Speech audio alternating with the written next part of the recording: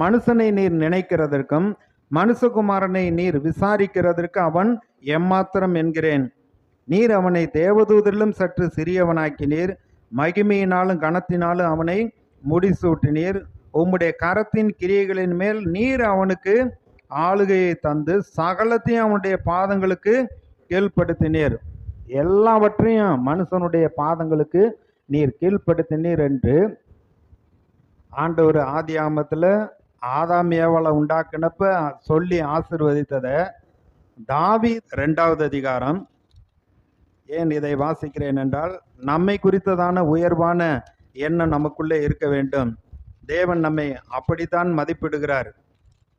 எபிரேயர் 2வது அதிகாரத்தில் 6வது வசனம், ஒரு இடத்திலே ஒருவன் சாட்சியாக மனுஷரை நீர் நினைக்கிறதற்கும் மனுஷகுமாரனை நீர் விசாரிக்கிறதற்கு அவன் எம்மாத்திரம்.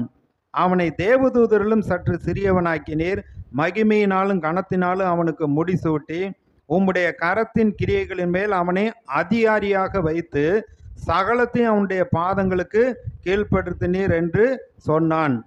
சகலத்தையும் அவனுக்கு கீழ்ப்படுத்தினவர் என்கிற விஷயத்தில் அவர் அவனுக்கு கீழ்ப்படுத்தாத பொருள் ஒன்றுமில்லை. அப்படி இருந்து இன்னும் அவனுக்கு சகலமும் கீழ்பட்டு இருக்க காணோம்.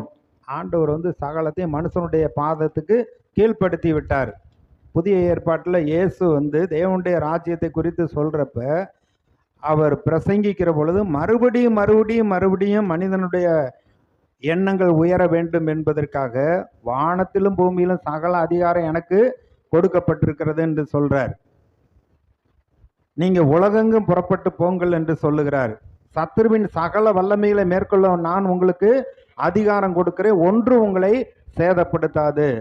அப்ப ஏன் அப்படி கீழ்பட்டிருக்கல அப்படின்னா, அந்த என்றாலும் தேவனுடைய கிருபையினால் ஒவ்வொருவருக்காகவும் மரணத்தை ருசி பார்க்கும்படி தேவதூதரிலும் சற்று சிறியவராக்கப்பட்டிருந்த இயேசு மரணத்தை உத்தரித்தது நிமித்தம் மகிமையினாலும் கனத்தினாலும் முடிசூட்டப்பட்டதை காண்கிறோம்.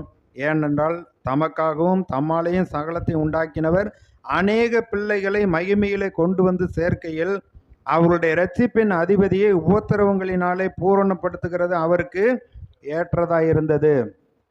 அடுத்து சொல்லப்பட்டிருக்கு, அவர் மரண பயத்திலிருந்து நம்மை விடுதலை ஆக்கி அவர் தாமே சோதிக்கப்பட்டு பாடுபட்டதினாலே நமக்கு சோதிக்கப்படுகிற நமக்கு உதவி செய்ய வல்லவராயிருந்து நம்மை அவரோடு கூட சிங்காசனத்தில் வலது பார்சத்தில் உட்கார வைத்திருக்கிறார்.